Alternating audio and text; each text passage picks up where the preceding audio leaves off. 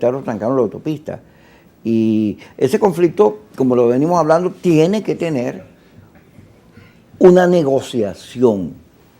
Pero el país necesita sincerar una situación, porque ahí está, te estoy poniendo las encuestas, y la realidad tú te la consigues en la calle. Sin duda, hay un rechazo a la política, Kiko, porque es un pimponeo. Uno nunca sabe quién tiene la razón porque nadie la asume. Claro, pero la negociación la tiene que buscar el gobierno y la tiene que buscar con los actores que de verdad representan a los trabajadores. ¿Qué está pasando aquí? Que el gobierno se ha buscado unos dirigentes sindicales a su medida, unos compatriotas del PSV que van y firman con ellos. ¿Dónde está la comisión tripartita? El gobierno dejó de reunirse con la CTB, el gobierno dejó de reunirse con los representantes y los líderes sindicales que de verdad representan a los trabajadores en los diferentes entes gubernamentales. Entonces, mira, el gobierno tiene que buscar, sí, como no, la negociación, pero con quienes genuinamente representan a los trabajadores. Basta de salir el gobierno a firmar acuerdos con repudiados dirigentes sindicales que sencillamente por ser copartidarios del partido de gobierno van y firman, bueno, lo que les dicen desde Miraflores. Entonces, mira, y el respeto a las convenciones colectivas. Volvemos al tema de la ONAPRE. La ONAPRE es la Oficina Nacional de Presupuesto, su nombre indica cuál es su función. Claro. Entonces, la ONAPRE no es quien para acabar con las convenciones colectivas, con la progresividad de los derechos laborales de los trabajadores, la eliminación de cualquier prerrogativa, cualquier beneficio laboral que hayan logrado durante años los trabajadores de cualquier sector en el país. Bueno, fue echado por tierra por ese instructivo. Aquí igualaron a todo el mundo hacia abajo y eso tiene que dejar de ocurrir en un país que quiere salir adelante como Venezuela. Entonces, mira, es justa la protesta, nos solidarizamos con la protesta y bueno, no tiene que ser por supuesto el ámbito político quien dirige esa protesta, son los sectores sindicales, los sectores laborales. Allá nosotros vemos, por ejemplo, uno de los sindicatos principales del Estado, SUEPLE, allá encabezado por su secretario de organización, Anderson Machado. Allá vemos la gente del magisterio al frente de la protesta, los del colegio de médicos, los del colegio de enfermeras. Ellos con su protesta, los políticos nos pasa comúnmente que si no vas a la protesta te critican porque no fuiste y si vas...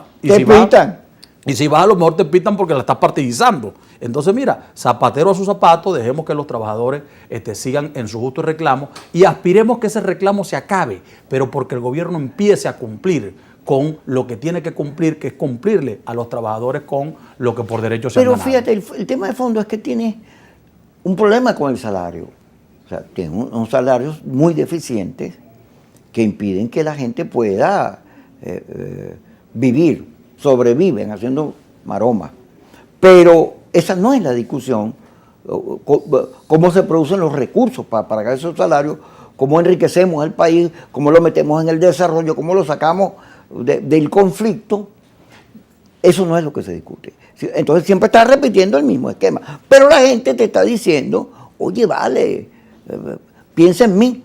Así es. Piensa en mí primero que los demás. Así es.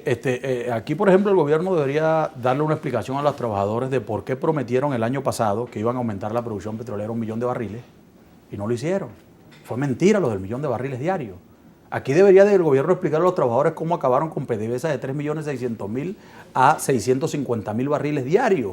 Si Venezuela estuviera produciendo hoy unos 3 millones de barriles, al precio que está el petróleo, claro, Venezuela tuviera los recursos suficientes pero te van a para acusar pagarle de las a los trabajadores y para la inversión. Te van a inversión. decir que las sanciones son los responsables. ¿Vinieron cuándo? Las sanciones vinieron mucho después de la destrucción de PDVSA. Es verdad lo que tú dices. Bueno, los recursos que tiene el país en el exterior deberían de servir para empezar a paliar la crisis de los venezolanos. Pero también los recursos que tiene Venezuela en los bolsillos de los corruptos que están fuera del país, empezando por Rafael Ramírez y compañía, también deberían de servir para eso. Pero tú no viste que Rafael Ramírez declaró en estos días que había unos colaboracionistas en la oposición. El descaro, porque aquí también ha ocurrido, y yo hago una autocrítica, aquí también ha ocurrido que mucho pillo que ha robado durante estos últimos 22 años, bueno, ha salido favorecido por patentes de corso que le han pretendido dar a algunos dirigentes de oposición.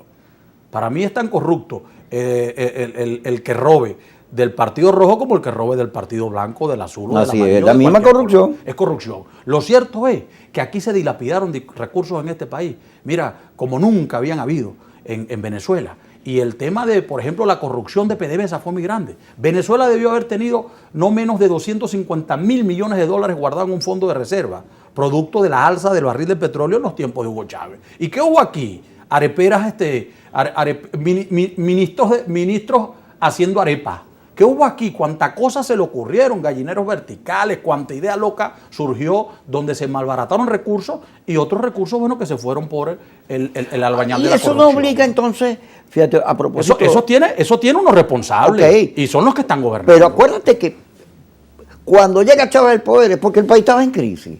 Entonces, cuando la Cuarta República entró en crisis era por todo lo que estamos diciendo ahorita. Y ahora esto le tocó como a cada le llega su sábado. Bueno, le tocó una situación que es un país que no tiene proyecto de desarrollo. Sería bueno mañana que le preguntes al director de Data Análisis en qué porcentaje anda ese grupo de venezolanos que estoy seguro es mayoritario, que añoraría estar en la crisis de 1998.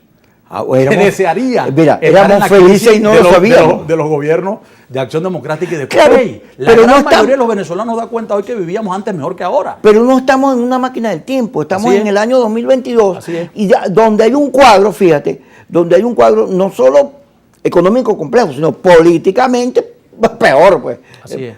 La gente no cree en nadie. Mira, hay una situación de falta de identificación con el que más necesita la política. La gente sigue creyendo en Dios mayoritariamente. La gente sigue creyendo en que hay... Pero odia. La gente sigue con esperanza. Pero odia. La gente sigue con esperanza ante el odio, el amor. El perdón. Lo planteaba el poeta Andrés Eloy Blanco, el perdón. La gente sigue creyendo y teniendo fe, teniendo esperanza. Hay una cantidad, más de 6 millones de venezolanos que se han ido de Venezuela, pero hay una gran mayoría que se ha quedado, que nos hemos quedado. Y si nos hemos quedado es porque tenemos esperanza de que esto cambie, no porque somos masoquistas y queremos seguir sufriendo. Yo creo que es hora. El poeta Andrés Eloy Blanco decía que era un hombre de letras prestado a la política. Ya vi que me está tirando lo de Andrés Eloy Blanco porque el sábado se celebró su aniversario. Que la poesía lo prestó a la política. Acá, ¿cómo es la cosa que está rescatando la casa de Andrés Eloy? Porque eso es lo que me quiere llevar para allá. Me quiere llevar para allá. No, te quiero llevar a Sucre y a Cumaná de nuevo.